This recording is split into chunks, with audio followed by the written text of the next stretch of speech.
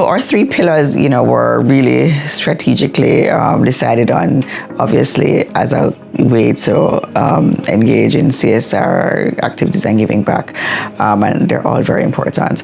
Entrepreneurship, stands out for sure because we are able to, our parent companies are financial companies, and so we're dealing in the business of money, and certainly we want to make people's money work for them. What about people who just really have little money or zero money, right?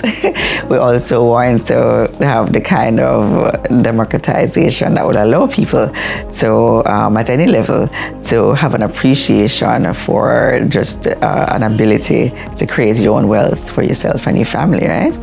And so one of the projects that we did over the last year was a project that was co-funded by USAID through Local Partner Development, FHI 360, and we targeted, it was a very successful program, we targeted youth at risk from underserved communities in Kingston and St. Andrew, and we had a target of 20 participants, and we actually completed with 22. So we actually, anyone who works with these populations understand that, it's really an achievement to see through everyone to completion, but to have more persons than you even were targeting, it's just really an absolute delight.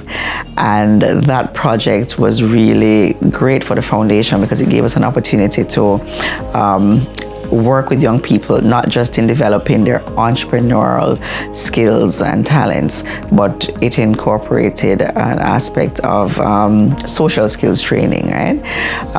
And it really served to develop the whole person, to prepare them. Some persons, of course, will still continue to work for other people because of a number of factors, but you do have persons who were already on an entrepreneurial path, had their small enterprises, but needed that extra support, both financially as well as the know-how, and again, our financial literacy came into play.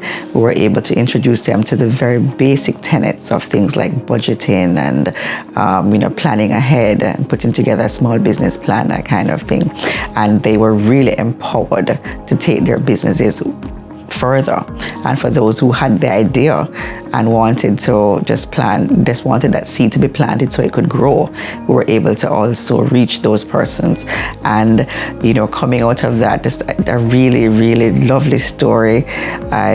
We had a variety, it was a very dynamic group, and so they had a lot in common, but they were also very different in terms of the businesses that they were pursuing.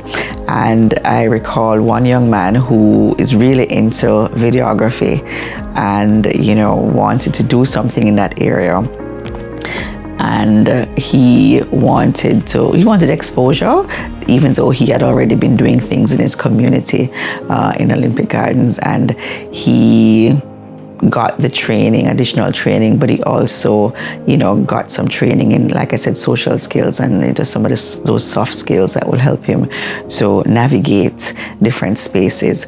And I recall after the program ended, and he was one of our stars throughout the program, after the program ended, I was visiting a local attraction one Sunday afternoon with my daughter, and I saw someone doing a video recording, and I thought, oh no, I don't want to get into that recording, let me try and avoid the camera. And then it caused me to look closer, and I saw that it was one of our participants, and I immediately just, it was a burst of joy, and I just ran over, and I thought, I said hi, and as I was walking over, he was waving, I was waving. I felt like a parent whose child had really just blossomed and bloomed.